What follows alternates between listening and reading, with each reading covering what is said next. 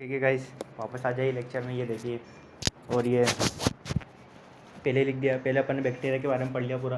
Bacteria से disease वगैरह, bacteria से कौन सी डिसीज़ हो रही है, बैक्टीरिया से कौन क्या हो रहा है, बैक्टीरिया के बाद देख लिया। अब अपन देख लेते हैं वायरस से, कि वायरस से कौन से वायरस से कौन सी डिसीज़ हो रही है और कैसा क्या चल रहा है। तो बैक्टीरिया का हो चुका अपना, और वायरस का हो चुका। इनमें से एक क्वेश्चन नेट में या तो बैक्टीरिया से क्वेश्चन आ जाएगा या तो यहाँ से क्वेश्चन आ जाएगा।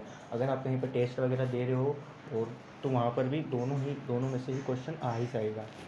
तो ये देखिए, सबसे पहले अपन देखते हैं वायरस के बारे में, मतलब वायरस से होने वाली डिसीज़। ठीक है, इन्फेक्शन फॉर वायरस। ठीक है, तो ये रहा अपना वायरस से होने वाली डिसीज़। सबसे पहले देखिए वायरस से होने वाली डिसीज़, इसको ऐसे वायरस से होने वाली डिसीज़, वायरस से होने वाली बीमारियां भी लिख सकते हैं, दिक्कत नहीं है।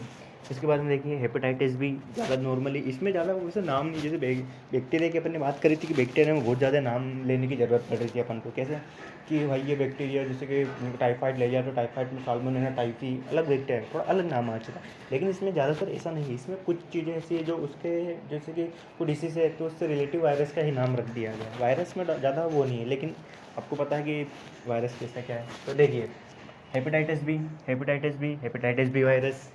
क्या हेपेटाइटिस बी अगर कोई डिसीज़ है तो कौन सा वायरस? तो हेपेटाइटिस बी वायरस ही है। हो गया। एड्स को ले लो, एड्स कौन से वायरस फैलता है? HIV। ठीक है, अब एड्स भी बहुत ज़्यादा, मतलब उसको क्या होता है कि एड्स, सबसे पहले ना एड्स मतलब ऐसा लगता है ना, एड्स, और एड्स वायरस से फैलता है लेकिन एड्स फैल नहीं सकता, मतलब ऐसा।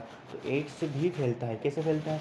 जैसे कि मान लो किसी पर्सन को एड्स वगैरह है तो वो क्या करेगा, अगर मतलब कहीं हॉस्पिटल में या फिर उसे कहीं सिरिंज में नीडल होती है। तो नीडल कैसी, देखिए मान लीजिए सिरिंज आपको कैसे बना के दिखाऊं।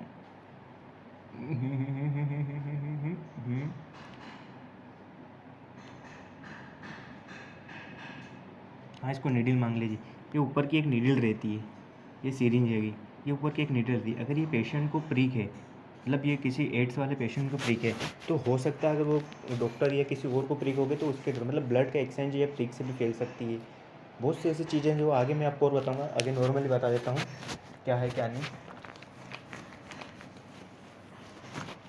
ठीक है, एड्स के बारे में, एड्स कैसे HIV वायरस से फैलता है।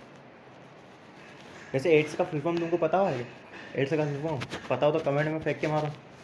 देखो एड्स का फुल फॉर्म, जिसको भी एड्स का फुल फॉर्म पता है वो भाई कमेंट करिए। ठीक है, राइबिस। ठीक है, रुबेडो वायरस से होता है। जैसे चिकनगुनिया ले लो, चिकनगुनिया वायरस।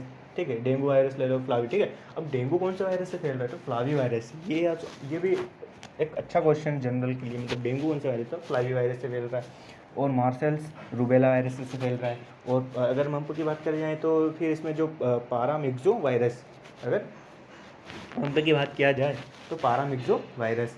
फिर इन्फ्लुएंजा में देख लो ऑर्थोमैक्सो वायरस या फिर इन्फ्लुएंजा वायरस कर देंगे। ठीक है, या तो उसको ऑर्थोमैक्सो वायरस कह दिया या तो अपन ने क्या बोल दिया, इन्फ्लुएंजा वायरस कह दिया। उसके बाद में सबसे इंपॉर्टेंट क्वेश्चन कि भाई कॉमन कोल्ड क्या है? जैसे सर्दी जुकाम खांसी वगैरह, सर्दी जुकाम के बारे में तो कॉमन कोल्ड काफ़ी बार एग्जाम में पूछा भी गया है और बहुत अच्छा है। तो कॉमन कोल्ड एक ऐसी डिसीज जो इसमें NCERT में थोड़ा इसका क्या, थोड़ा इलेबरेट करके दे रखा, मतलब थोड़ा इसका बहुत अच्छे से उसको डिस्कवरी करके बताया है। बाकी इनका इतना नहीं बताया है, कुछ चीज़ों का बताया, लेकिन जो कॉमन कोल्ड है ना उसका कुछ ज़्यादा बताया कि कॉमन कोल्ड मतलब कितने दिनों तक रहता है, कौन से वायरस से फैलता है। तो ध्यान देंगे, कॉमन कोल्ड राइनो वायरस से फैलता है, 5 से 7 दिन तक रहता है। अगर कोई किसी को भी सर्दी हो गई, वो मान लो कि उसको कॉमन कोल्ड हो गया, सर्दी हो गई, तो वो क्या करेगा कि उस कंडीशन में वो ऐसा थोड़ी कि टेबलेट बहुत सारे खा लिया ठीक हो जाएगा एक दिन में। नहीं, जो साइंटिफिक जो साइंस जो अपने NCERT में मेंशन है कि 5 से 7 दिन तो लग ही जाते हैं। 5 से 7 दिन में कॉमन कोल्ड चला जाएगा। ठीक है, तो ये पूरा है, इसका आप स्क्रीनशॉट ले सकते हो। ये नीट के लिए बहुत ही इम्पोर्टेंट है भैया।